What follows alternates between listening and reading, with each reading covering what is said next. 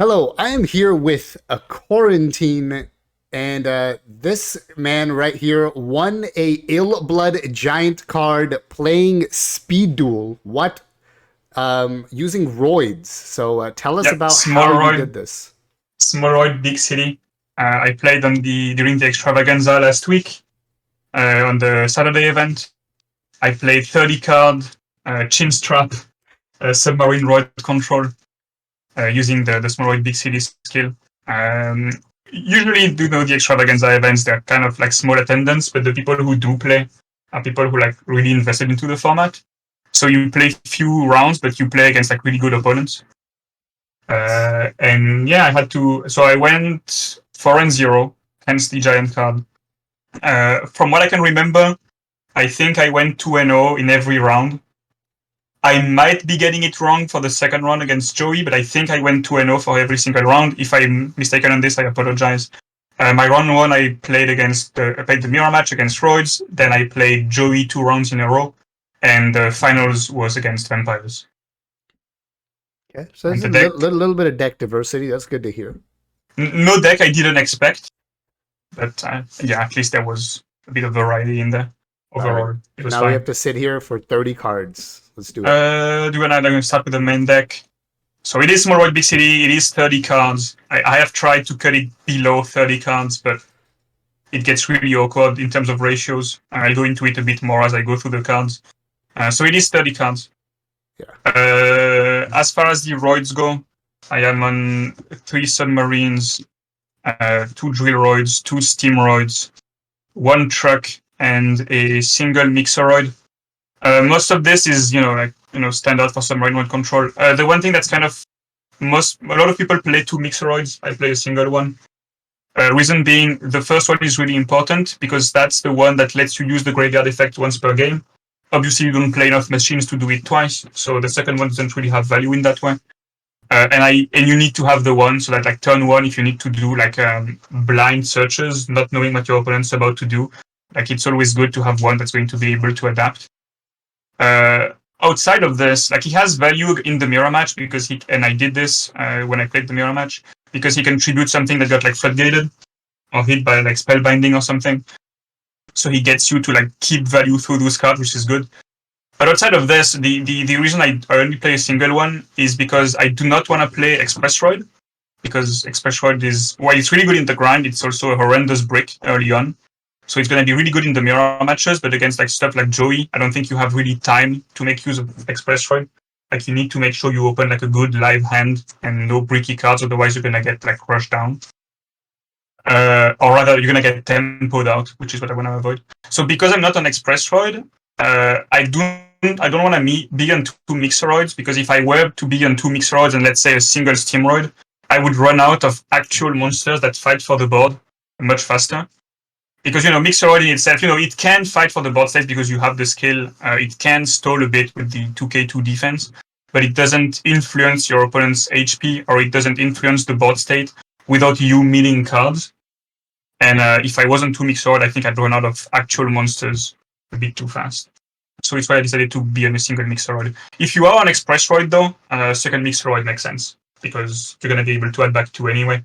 So it's not that bad to run through them faster.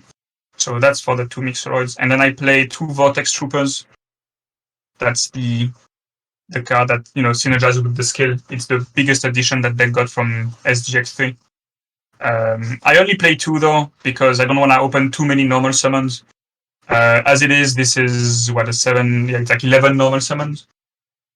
Technically, it's not that bad because Vortex Trooper, if you draw it alongside normal summons, you just shuffle them back.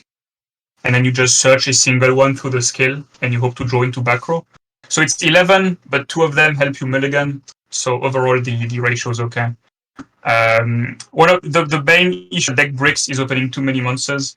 So it's kind of a balancing act of having ratios that are like necessary to go through the game and answer like different kind of threats, but also not playing too many, otherwise you're gonna brick on them. And when you open like 3 roids, you're most likely losing that game, except if your opponent has opened really weak.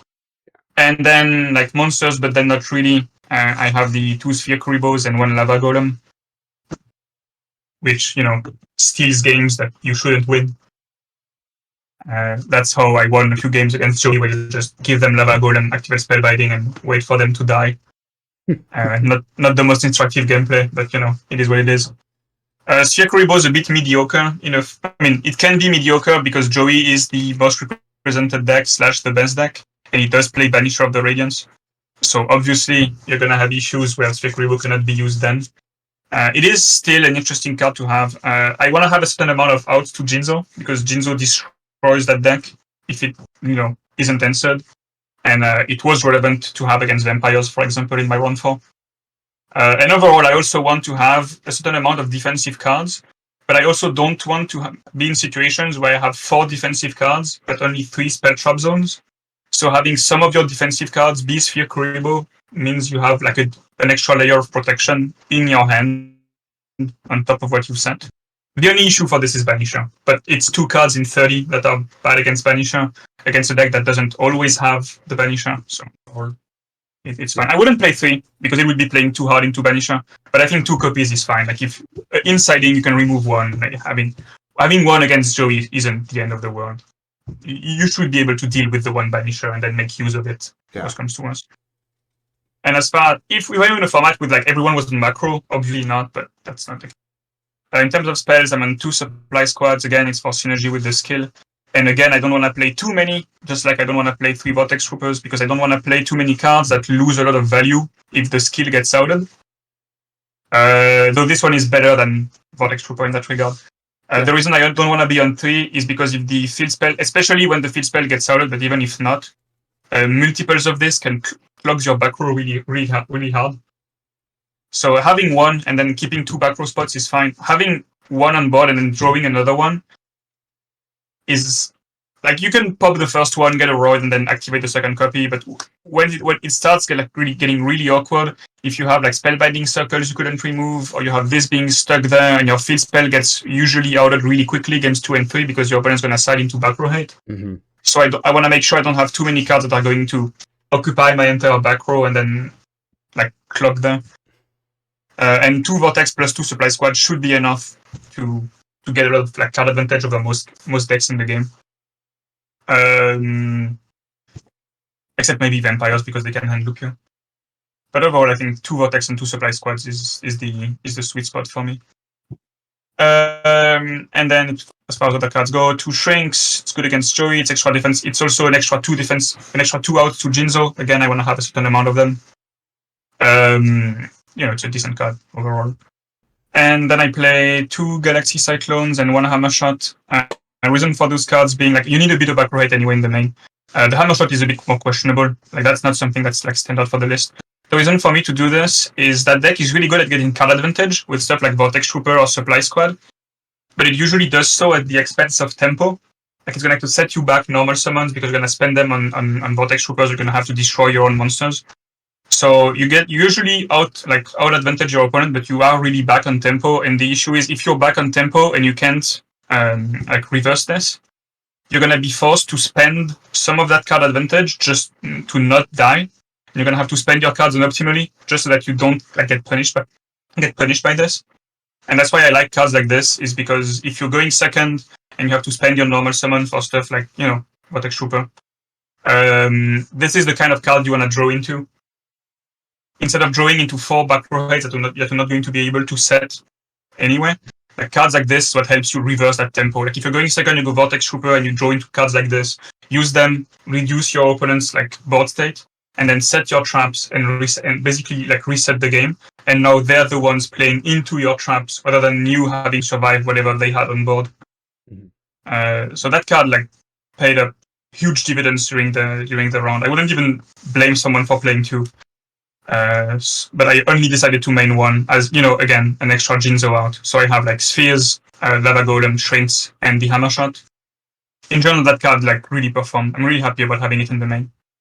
As for the traps, it is a control deck, by which I mean it's a stall deck. So we have all of Terra's favorite Floodgate, Spellbinding, Will, and 2 Zero Gravities as defensive cards. One of them was cut for the Hammer Shot. Again, because going second, you might have card advantage, but setting 0 Gravities going second against Joey is terrible. because they have monsters on board already that are going to be able to attack you anyway. So overall, I'm really happy with the main deck. A lot of it is stuff you've probably seen from other deck profiles. Like Roids has a lot of stuff that isn't changing. The only part that are kind of specific to this is not playing Express, and playing a single mix, because I don't want to play the bricks, and I want to have as many actual Roids that fight for the board state in the main.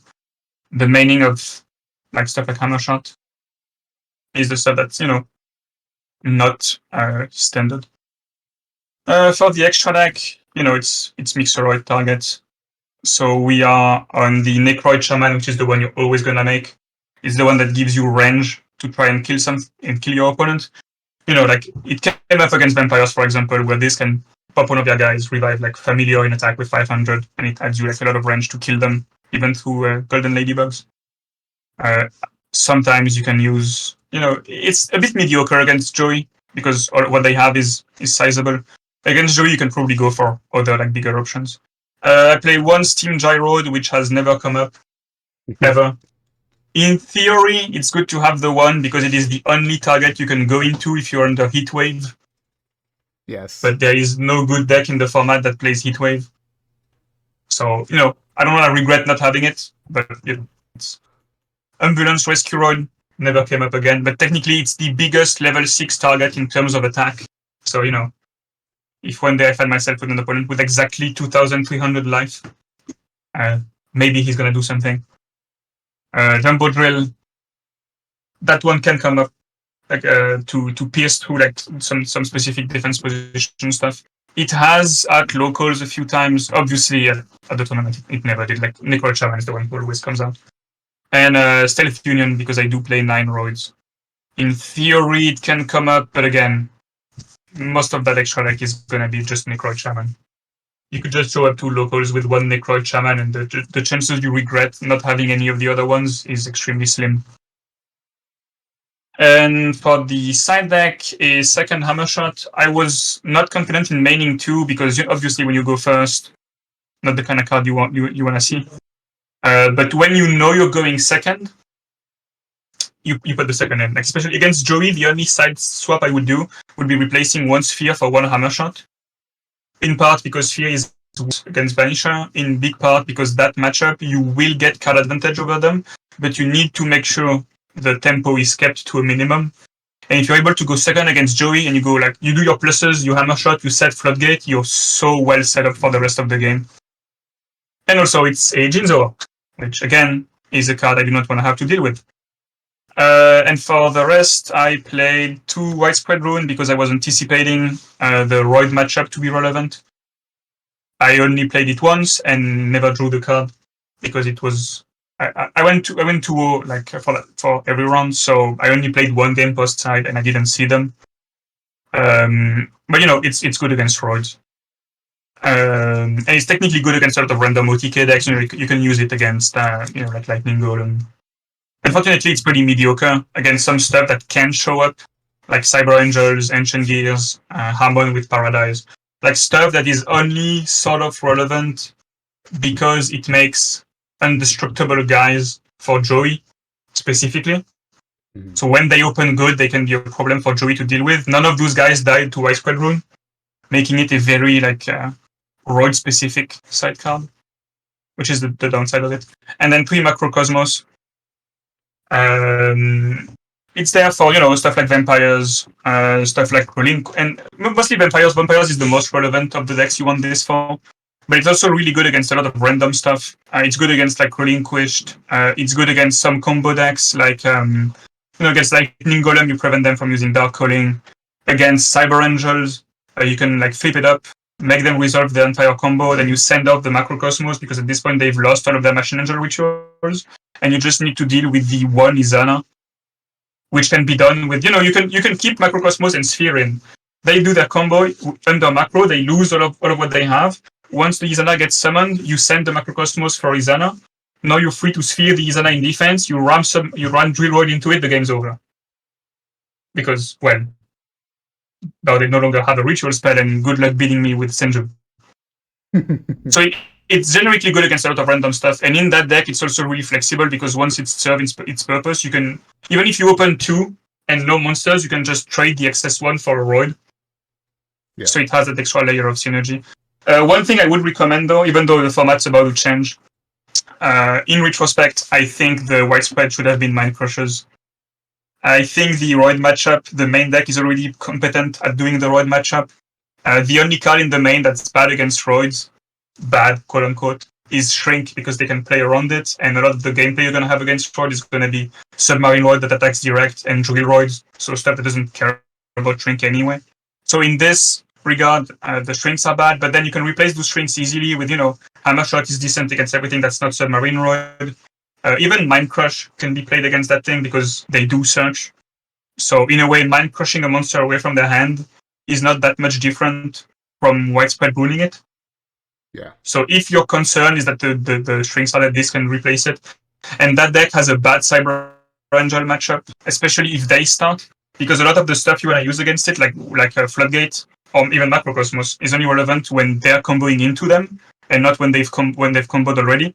And so, because you don't really have good outs to Cyber Angels, being able to have the Mind Crush on top of the Macrocosmos actually makes it reasonable for you to decide to start after siding. So you have 2 Mind Crush, 3 Macros, 3 Floodgates, and the ability to mulligan with a Vortex Trooper and try and see one of those cards. And if that card gets to resolve, you're in a much better position. The issue with the Cyber Angel matchup is if you let them start and they Izana straight up, not only do you lose your skill immediately because it's already online on their turn, but you also really struggle to remove the Izana. And again, stuff like Relinquished is a bit awkward for this deck to deal with, especially if they get to Thousand Eyes Restrict or whatever. Mind Crushers also really help in that matchup. Yeah, I really like the macro. I think having access to macro in a format, if you have a deck that doesn't get affected by it, then you should definitely be siding it. So yeah, you are affected by it in that you lose the Grave Effect of Mixeroid. Yeah, but it does annoy your Sphere Kribos, but in the matchup where it's good, your opponent cares about it so much more than you do. Exactly. And you have the ability to get rid of it anyway. Yeah. There's no reason not to use that card as long as there's decks that care about that in the format. Exactly. I don't like that the format has Macrocosmos and Banisher. I don't like that the format has Floodgates, when one of its main appeals was that it didn't used to have many. But it is in the format, and as such, I need to use it. So yeah, I would recommend having Mind Crushers instead of Widespread Ruin. I think the mirror match can be solved by a lot of the different cards you run, whereas you need Mind Crushers to answer other matchups. But yeah, that is it for the deck. Obviously, it's going to be relevant for another 2 weeks until the format changes. But if Roids remains viable in the next format, which I hope it does because I like the deck, maybe that can, serve as a base for someone to build upon. Look, Speed Duel history tells us the format doesn't change too much too fast, so we're okay. I'm gonna keep my hopes up. Hope the format, for the sake of the format, I hope it gets power crept a bit. I expect for it not to power creep too much. So hopefully we get some new tools to play with. But I've been having a lot of fun with Roids. I think it's a really good deck. I really like that, unlike some of the other decks we have, that one's able to search and toolbox a lot of stuff. So you never really feel like you don't have the cards you need because you can get to them and play around with your resources. I've had a lot of fun with it. You hear that, Konami? Search is good. More search. More consistency, please. Yes. More spot removal. Why is this? Some of the best spot removal I can name. Why am I playing stuff like this? Yes. Please and thank you. Can we have I don't know, Rageki break or whatever? Yeah. But yeah, that was it for the deck profile. Yep. That was a lot of fun. First time I attend an event. Bit of a stressful experience, but it worked out in the end. Yeah. Congrats on your giant card. Thank you. And I'd like to thank first you for the deck profile and the JDG guys who I interacted with before the event to calm my nerves down, played us with Ursus. So thanks to him, I got a bit of remote duel setup done before the event. And shout outs to my locals who I do play Speed Duel IRL and the local community we have. that format is really welcoming for new players, and it's been a pleasure to see like new people get into Yu-Gi-Oh through this format. Some of them now dipping their toes into standard. So shout out to them. They're also the reason why I stick with this format, is because I get to play with them every week. Yeah. Hey, check out Speed Duel. You can play Roids. Check out Speed Duel. You can play Roids, you can play Heroes, you can play Vampires, you can play all of those decks that never made it to the big scene in standard. Nope. This is where you can do it. Yep. And we're going to get new decks that you can play in 2 weeks. So that's cool. It's going to be 2 weeks. You're going to be able to see all of this and the JDG guys. I'm going to put the link to that channel in the description. Thank you. You're going to be able to see whatever cope they've cooked up. Yes. Lots of cope, not much hope. I'm just kidding. We'll see. All right. Thank you, everyone, for watching. Congratulations once again. And we hope you'll try Roids and Speed Duel for as long as you can. All right. Thanks for the deck profile. Bye. Later.